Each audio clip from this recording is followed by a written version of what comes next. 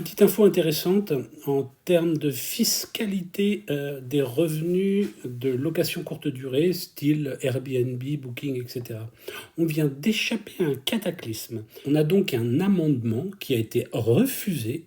Donc, ce dont je vais te parler, heureusement, on l'a échappé belle. Donc, l'État voulait réintégrer tous les revenus de la location courte durée dans la déclaration d'impôt des revenus immobiliers. Alors, qu'est-ce que ça change?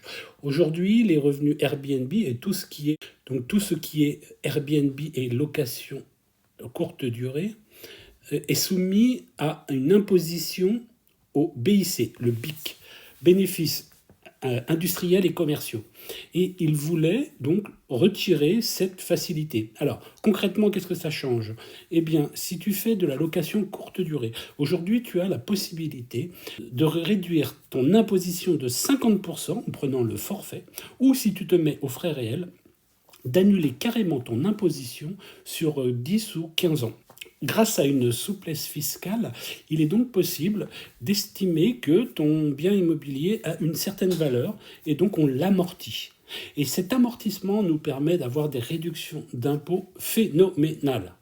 Moi, pour te donner un exemple, je fais 30 000 € de revenus Airbnb annuel et je ne paye quasiment pas d'impôts.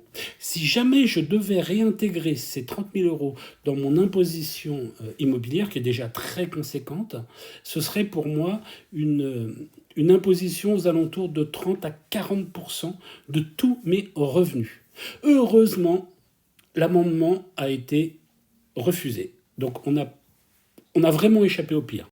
Ce que tu voulais être pour toi un investissement immobilier va devenir pour toi ton pire cauchemar.